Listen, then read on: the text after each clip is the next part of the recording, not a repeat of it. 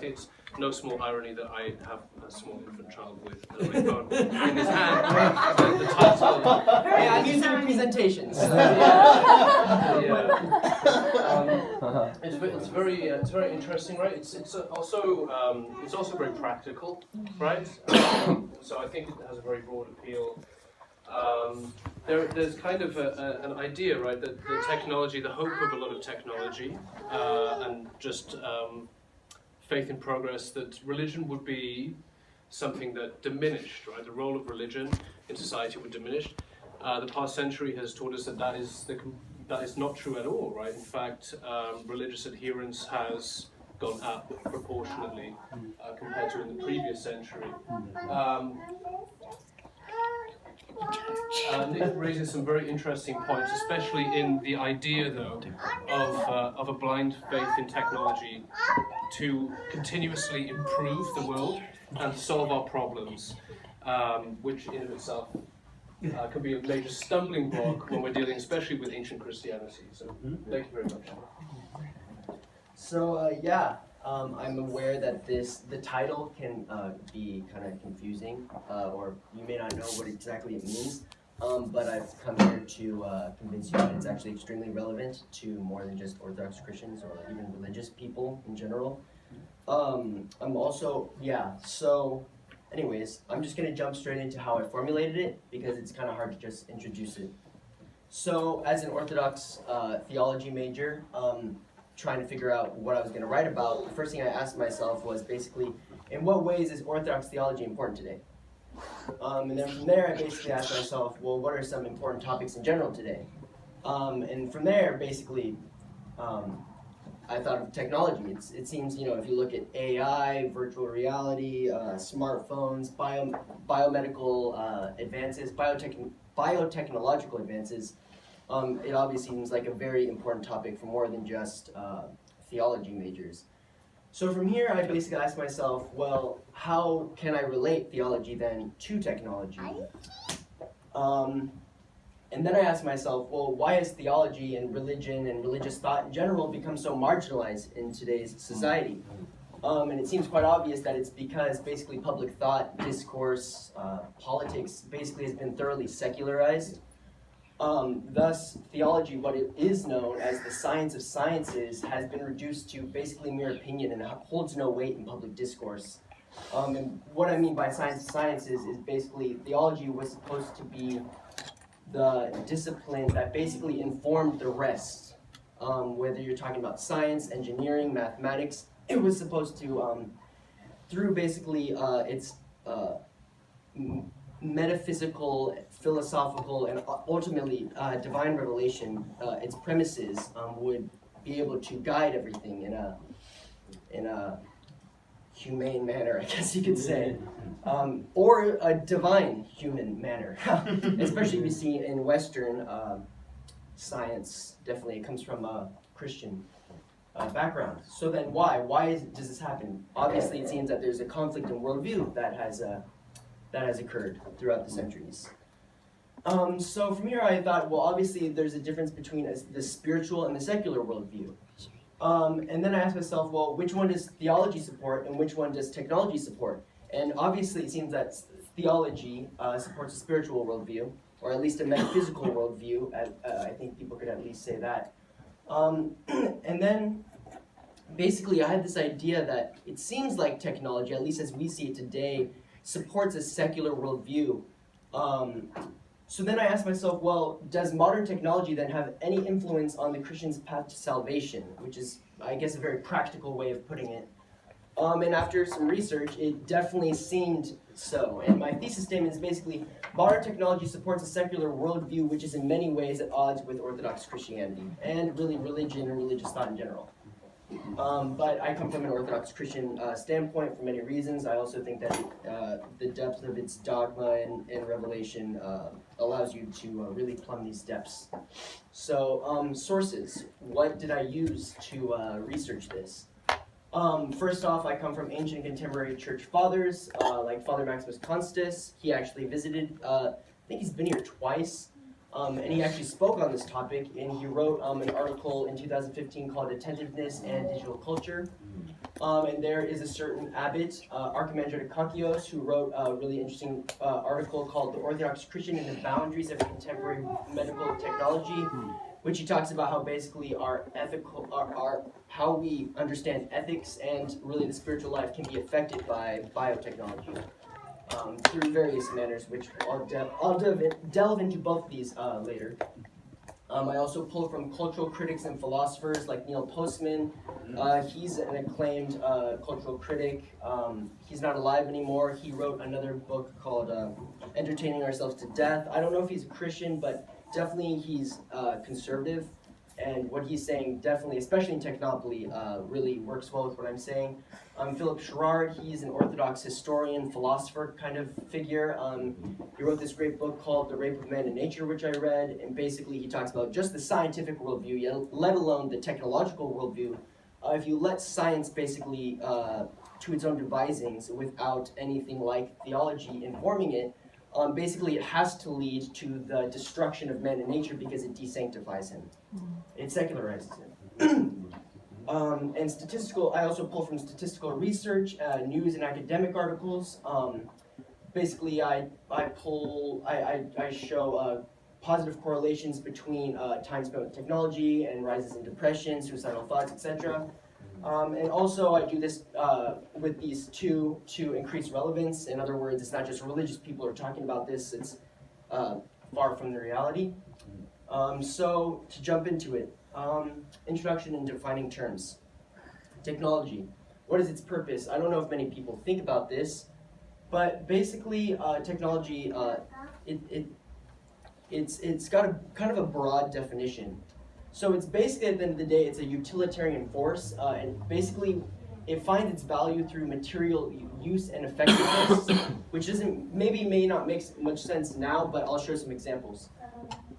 So even though technology and the creation of technologies and inventions is inherently neutral, it is up to those who use and create the technologies to decide how much influence and power it will have. So eyeglasses, you can see that as a form of sight technology, which is a positive thing. But then you also have nuclear bombs, which is a form of technology, which is kind of negative, I would say. It definitely is. So here's some other examples. Shovels, digging technology.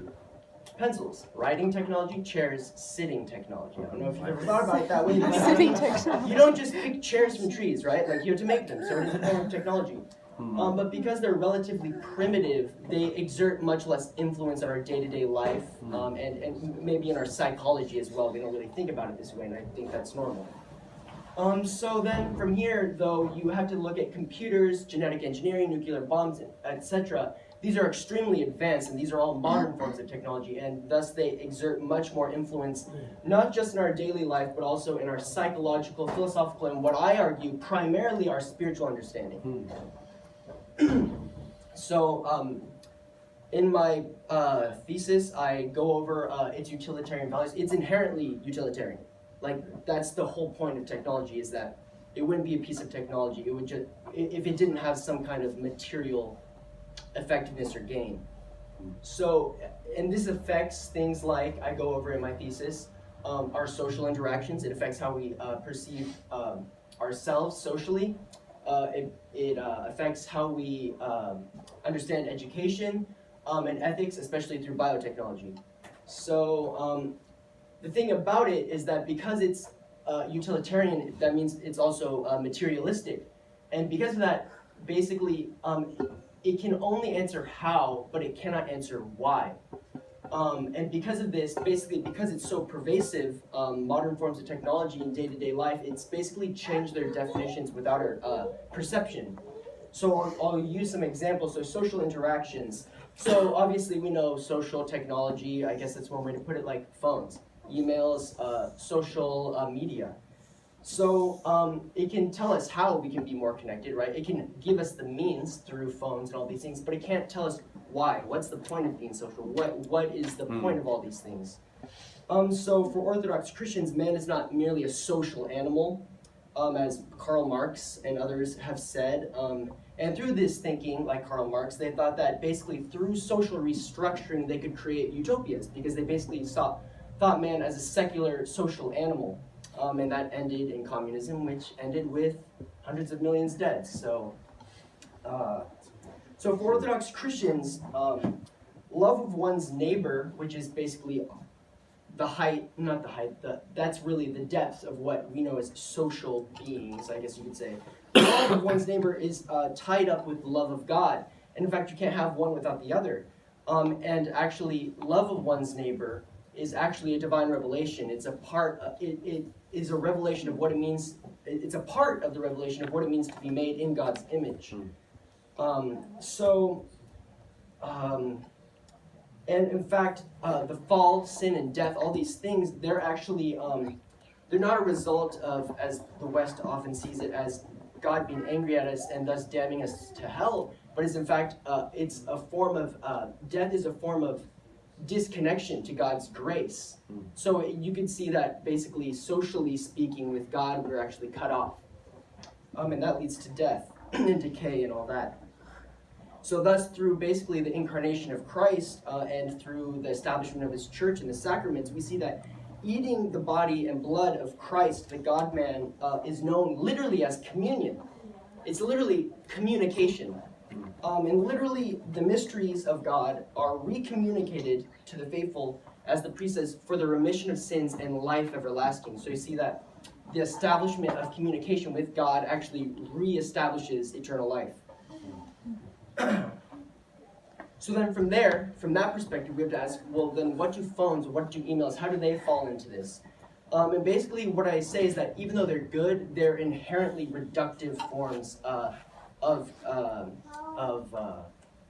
I guess, social technology, I guess you could put it. It reduces the person. I'm not the only person that says this and thinks this. Father Maximus, who I brought up earlier, he says that, in his paper, he says that living in a culture of organized distractions, our thoughts are isolated and disconnected, preventing us from experiencing the wholeness of life, each other, and God. And in fact, the early church fathers know distraction. They know it as the original sin of the mind. That is, Adam and Eve, before they sinned, in fact, they had to be distracted by the devil and his enticements. And so distraction and sin is actually seen as the fragmentation of the person and the personality. So it's interesting to see that even though we're surrounded with devices that can make us more connected than ever, it's interesting to see that suicide and depression are way on the rise. And it seems that it's because these things are inherently reductive. And as I put it with social media, basically, the individual is essentially, it's not like it tends to do this. It has to essentially reduce the person to a profile picture and the sum of their posts. Basically, the depth of who they are and the person is not being connected or fed. So let's look at technology's effects on education. So ruled by utilitarian values, education only cares about how to raise its students' grades, but not at all about why this would be important in the first place, because it can't ask why. So basically, things like wisdom, which you could say is the pinnacle of asking why for education, is basically, because it's unquantifiable, it's been outdated in most modern educational systems, and that's why basically you'll find basically just lip service being paid to wisdom and the pursuit of truth. So basically, education has reduced learning to what I call the computer-like qualities of data storage and retrieval. And basically, students have been programmed to become human search engines, which are basically people like Google. Oh, hey, I didn't mean it. Sorry. It's okay. Sorry. So students have basically been turned into human search engines, which are people basically like Google, people indifferent and thus radically unable to appreciate what they've been programmed to learn. And people often call this regurgitation of information or just parroting or the like. And Philip Sherrard, the Orthodox philosopher who I mentioned earlier, he says that scientific knowledge, which is only one way of understanding the world, which is inherently also a materialistic and factual understanding of the world, and not a spiritual understanding of the world. Basically, scientific knowledge has become the only way of knowing there is in today's society. And it has invaded the classical fields of the humanities, making understanding poetry, for example, almost inaccessible to the modern student. But why? Why is this? Ultimately, I say it's because intelligence has actually been redefined, not just education. It's also been reduced. Basically, these utilitarian values, it cannot even ask why man would have a soul or why it would come from God or anything transcendent. Basically, man now, in these eyes, has been desanctified. He doesn't have a soul, and basically, he's treated as some kind of biological machine at best. Thus, in education, going back to education, things like standardized testing is basically the only method for us to gauge intelligence, which also leads to really pressing topics like abortion, because then it's like, well, if someone's not going to lead a fulfilling, rational life, whether they're handicapped, well, then just kill them, right? Because because you take out the transcendent principle. So let's go to ethics then. So especially through biotechnology. So I'm sure many in this room, if not all of us, have been blessed by modern medicine in some form. But the question is, when can this become obsessive? And as we can see with other ones, basically modern biotechnology, it can tell us how, it can give us the means how to live, but it cannot tell us why to live either. So basically, Archimandrite Akakios, he says in his paper, he says that man's preoccupation with his physical well-being is costing him his soul. So, and as I put in my paper, I say, when does giving life become an excuse for avoid thinking of death? So when you take man's soul, God, the transcendent, and eternity out of the picture, only then do you find abortion, genocide, even cyborg experimentation, and human genetic engineering, and also other genetic engineering. You only find that in the picture because now things are completely secularized and there's no inherent dignity in anything. So in other words, man has been completely secularized. And this is, in fact, if you look at it, this is the same exact thinking that led to the destruction of the environment and nature through the Industrial Revolution.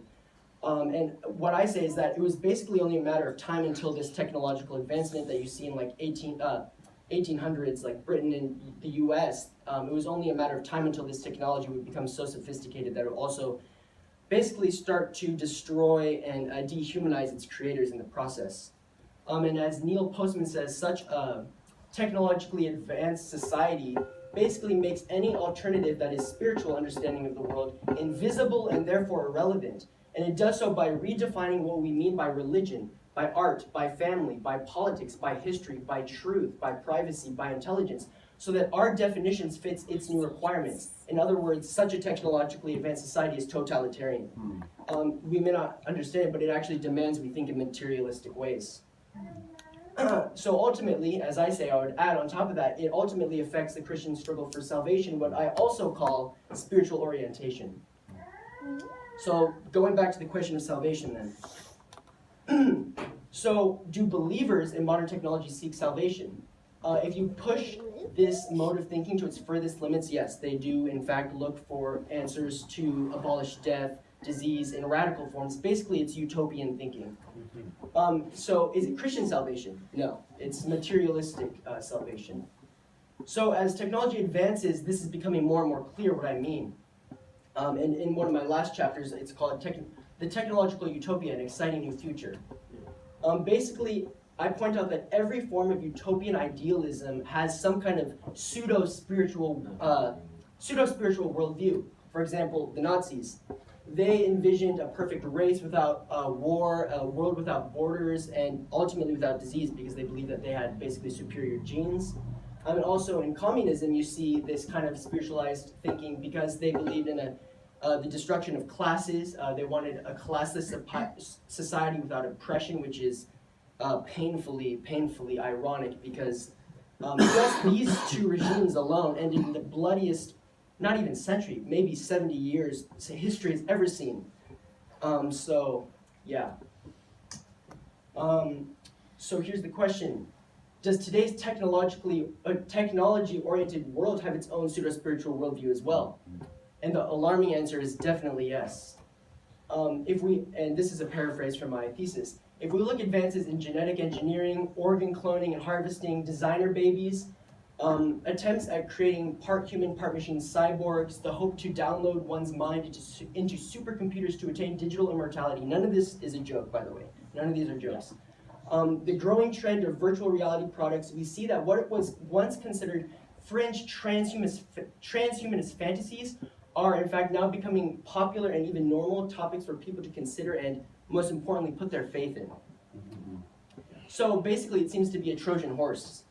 By putting faith in these technological advances, man has become a slave to its inherently dehumanizing process because it's a secularizing process. Man, like the rest of creation, has become yet another object to exploit, augment, and sell. And so here are some weird do-it-yourself programs. People are basically trying to fix their neurology or improve their neurology. And here's people, biohackers as they're known, basically just throwing technology in themselves. There's explicit ones that I don't add, don't worry, I keep it PG, but there's weird things like people trying to enhance their vision, and they're just opening their eyeballs and doing weird stuff. This is what happens if you don't have a purpose, I guess. So this is Sophia, the humanoid robot, who was actually even granted citizenship in Saudi Arabia in 2017. Which, if that doesn't sound demonic, I don't know what does. And here's Mark Zuckerberg controlling the masses. Virtual reality, and even though this next one is fake, it's very interesting. This is Elon Musk / Terminator, apparently.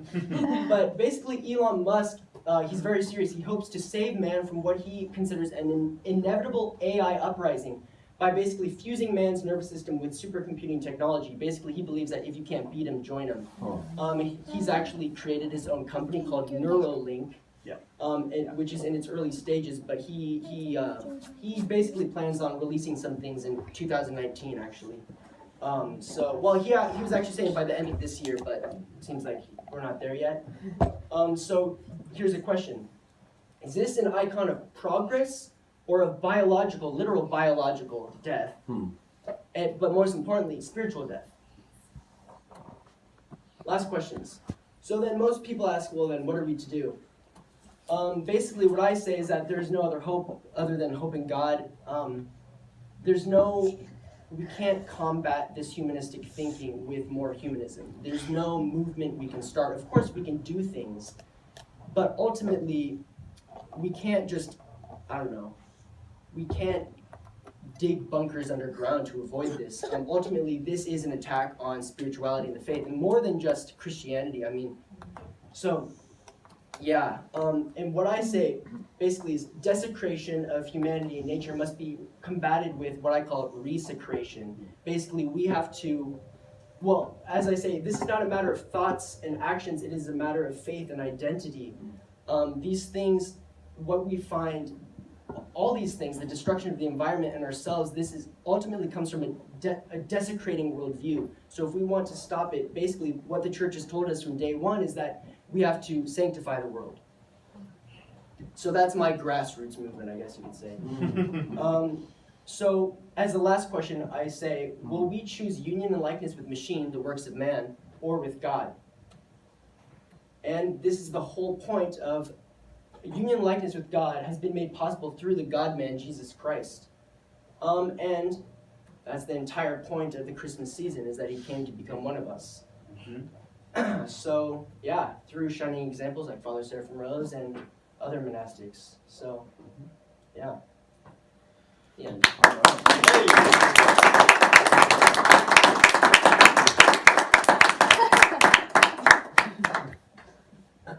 So, I knew I was going to guess. You pushed a few buttons. I did. I very much Mostly the appreciate right. Mostly the right. Well, right? What I'd like to know about is what precipitates this all-important shift in metaphysics from the older to this. Something happened. I mean, we can describe the consequences Yeah. of it, but what do you think caused it? Why did we abandon Yeah. participatory metaphysics, let's say, for Mhm. this? Yeah. You know, it's a, Yeah. Sherrard probably has some things to say. Yeah, about that. exactly. Yeah, I mean, Sherrard, he gets more to the heart of it yeah. because he talks about the scientific worldview, which is really what the technological worldview stems from. But basically, he says that it is it's the secular. How can I put it? It's basically the secular worldview first through philosophy. So people like Descartes, Right. they hoped to attain basically truth, ultimate truth, through rational means. So Right. you find rationality is actually basically the stem of isolation and desecration. And then from there, basically, because you can't get anywhere through mere rationalism, you can't put God in your brain. Basically, from there, philosophy just gets pushed to the side, and then with that, religion. And then from there, basically, it's basically live and let live, do whatever you need to do. Nature's no longer sacred, man's no longer sacred. And then from there, technology, basically, he says that basically people think that basically the medievals, especially the medieval Christians, they believe that they suppressed their people by stopping technological advances and telling you to be humble in the face of God and all these things. And of course, there was political manipulation at times. But he says that to think that they weren't technologically advanced and the ancients weren't technologically advanced because they didn't have the means to, or they were just too stuck in spirituality, is not the correct way of looking at it. It's actually anything that opposed what they knew to be the inherent unity and harmony of the universe, which came from God, or the transcendent at least, or the gods. Basically, they just wouldn't accept it. So to say, okay, well, if we can have cars which can help us get places but destroys the environment, well, that's destructive to the inherent unity of the universe. So, and you can't really have overarching themes of harmony if you don't have something like the transcendent to begin with. So, Is there a replacement? I mean, can we, in addressing a culture that is largely secularized and has this sort of untrammeled faith in technology, yeah, can we use that to what you bring to bear here to address? There must be some metaphysics, right? It doesn't go away completely. There must Yeah, be it's just something mostly that people absurdity. believe in things, right? I mean, yeah, you know, I mean, there's a belief in technology that Yeah. undergirds all yeah, this, exactly. right? I See, mean, faith doesn't disappear. That's the thing. It just Yeah. gets translated into Yeah. absurd things like we'll become cyborgs or we can Yeah. download our minds. So, yeah, it's mostly, yeah, it doesn't go away. That's what the communists thought. They thought they could Right. create an atheistic state that would be a utopia. But Right. instead, that just led to more absurd. It actually almost makes the Nazis look like a Yeah, play right. toy. Actually, if you look at the death count, I mean, the Nazis were only around 16 to 20 million. Meanwhile, I mean, communism has told, from communist China, USSR, Cuba, Venezuela, it's somewhere in the hundreds of millions. So no one talks about that. Yeah, It's weird. the worst atrocities are committed by secular society. Exactly. And you see it usually driven by an idea, Exactly. not humanity or, Exactly. or theology or anything. It's just this concept, Yeah. right, that drives it. I agree with almost, well, the whole thrust of your arguments. The quibble I have is the equation of the technological and the secular, which seem different in kind to me. Okay. The secular implies a philosophical worldview. Technological strikes me as simply a tool that can be used Yeah. to create ancient faith radio or Yeah, or it's true. It's cyborgs. not the same thing. It's that's why I say in my thesis that it supports a secular worldview. That's why I'm still using a computer. That's why we're still using a projector. I don't think that it is inherently negative. There can be inventions that are inherently negative, but sorry, I lost my train of thought now. Distracted. Yeah, exactly, distracted. Well, you mentioned that, for example, phones, communication by a phone being reductive in some way. Yeah. And it is. I mean, it doesn't have the same fullness as a human interaction, but the same could be said about pen and paper or a book. No, yeah, that is true. In fact, actually, there is, I think Plato talks about that in his Timaeus. However you, basically, it was the first man that was taught by the gods, I think either to write or something, and he thought that he was doing a great thing to society. But in fact, the god kind of laughs at him and says that basically you're going to be enabling like shorter thinking, like less memorization, all these things. So I also say that technology never comes without a price, and some advanced forms of technology can actually create paradigm shifts in how society even works, and not just even how it works, but how the people in these societies even view themselves through it. So Is the mechanism that drives that the technology remakes us, right? By habit, right? Yeah. If you look at the ancients and how they think about anthropology, and we become what we do on a regular basis, and because we're trained by the technology, Yeah. it sort of remakes us. exactly, actually Neil Postman says that. The printing press probably did the same, and the effect was as profound. Yeah, And exactly. we Yeah. can't, we're not going back in time. Right. These Yeah. things are with us, yeah. Oh, as one last comment about that is that Neil Postman, he says he notices that people today consider themselves biological machines. So we'll talk about like reprogramming the way we think or things like this. So we see that we created machines, but then machines are somehow reflecting back on us and how we see ourselves. So yeah, Well, there is certainly a demonic use of technology, and there are many, many examples of that. Yeah. But I think a case could be made that technology in itself is neutral. yeah, Yeah, definitely. Like, right. but I'm definitely not coming here to just destroy technology. Yeah. Because there are positive things, biomedicine, just medicine, but biotechnology. The thing is, when it's unrestrained, that's when it has really strong reflecting factors, and it makes us think in a wholly secular manner, or it can, anyways. Yeah, it seems like what's being tossed around here, which I think is correct, and I think you alluded to it earlier in the early part of your presentation, is that anything that we do in the material world without an orienting principle, Yeah, if we have, because we're always going to have some orienting principle, right? And so a lot of us would prefer that people consciously have a Christian orienting principle that says, well, I can make this technology, but should I? And that seems to be like what your argument's getting at. The technology by itself is fine, but if it's not oriented in the correct way, then it can be extremely destructive, which Exactly. is, I think, the crux of like the whole discussion in some Yeah. sense. And I think, even when we talk about, you had mentioned at one point in your presentation about rationality being kind of like something that's empty, but we forget that rationality itself was based off of Christian metaphysics, and people forget about that. But that's like a whole other thing. But there's a huge shift around Descartes, which Yes. is bringing up. yeah. Exactly, He's the exactly. first modern Yeah. You philosopher. get this instrumental rationality. Yes. It's no longer participatory, it's instrumental. Yes, Like, how yes. can we use things for Yeah. certain outcomes? But then with people yeah. like Galileo and Newton, they are able to back him up by basically creating a mechanistic understanding of the entire universe through basically the first wave of physics, Newtonian physics. Basically, he's able to support this rationalized way of thinking by creating, as I just said, Yeah. mechanistic. But there So- were Christians then who were even saying, well, okay, you can have all this atomism and all this kind of stuff Yeah. that's going on, and God can still be the God of all of this, that's not a problem. But, It leads to it. Yeah. right, it's... It leads to it. Yeah.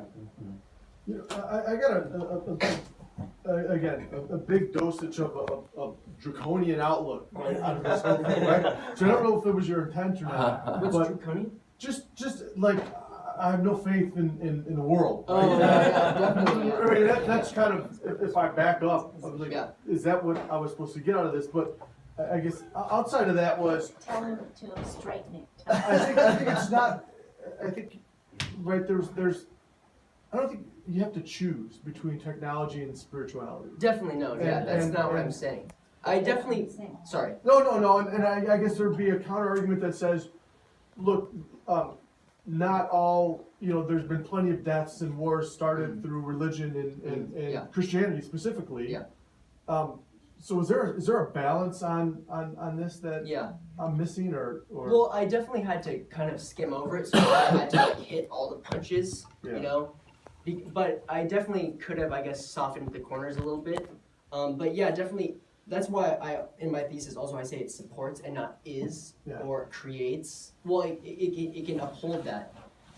So yeah, it can definitely create a grim. It can draw a grim picture, but I mean. Isn't that important to make that point? Yeah, And I how mean, absurd it is. It does lead to absurdities. it's where it's leading. Yeah, And that it we does. have to rein in and know our orientation. Yeah. And not be subject to these idols. Yeah. Right? Ultimately, and it is subject idols. ourselves to the They are truth. idols. Yeah. That's what I hear you saying. Yeah. So your punches are strong for a reason And maybe because of your orientation. And maybe it's strong also because this is just a huge thing for today. Yes. You know? And maybe if there was another problem 300 years ago or 300 years into the future, God willing we last that long, I think it's just a really hot topic, and that's why maybe it does that for us. So. And I don't think it's a balance either. I think it's understanding the right use of technology. Right? That's the issue. Yeah. There is Yeah, that's a right really what use I'm of Isn't that true technology. with anything? Yeah. Isn't there any like Yeah. power, right? There's Yeah. a right use of power, right? Yeah. Yeah. It just seems like that's a separate subject, and technology is just the the mechanism or the Yeah. But whatever to yeah. do that versus the balance between. What I'm getting from Nick though is that yes, there's a right way of using technology and all this, but what we have is an underlying clash of worldviews. Yeah. When you strip everything away, the good and bad uses of technology and all this, what you have is two opposing worldviews that are diametrically opposed. There's no way that you can reconcile scientific materialism with a spiritual understanding of creation. Creation itself being a loaded word, of course. Ultimately, but everyone falls into once it meets day-to-day life, that's very different. Right.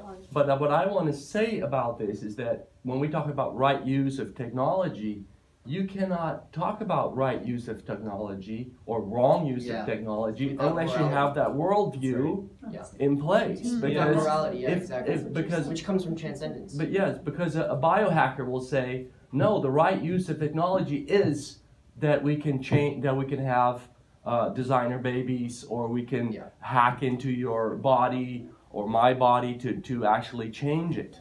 But that's where I think what I'm hearing Nick saying is wait a minute, that's not a right use of technology because that is not a spiritual worldview. It's not coming from a worldview that is Christian. See, and that's why I think it's so deceptive, because technology presents itself as this neutral, positive thing, which it is. It is positive, but it's that underlying "how shall we use it" Yes. question Yes. that needs to be addressed. So, my question to you then, Nicholas, is what are your thoughts on that? I mean, Yeah. how do you see this happening? I mean, what can we do? Well, like I said, there's a lot of people that ask me that once I say that, and I believe that, I guess you could start some kind of movement, but I'm definitely not calling for some kind of let's be Amish. You know what I mean? But what I am saying is let's be honest. Yeah. So, Let's be honest, meaning, and what do I you mean think- by that? well, let's be honest with what these things mean and how it can be affecting us. Gotcha. And ultimately, like I said, I guess my grassroots movement would be ultimately, taking the spiritual life seriously, actually wondering about these things, just starting to wonder, and then from there actually maybe take personal action. Just in,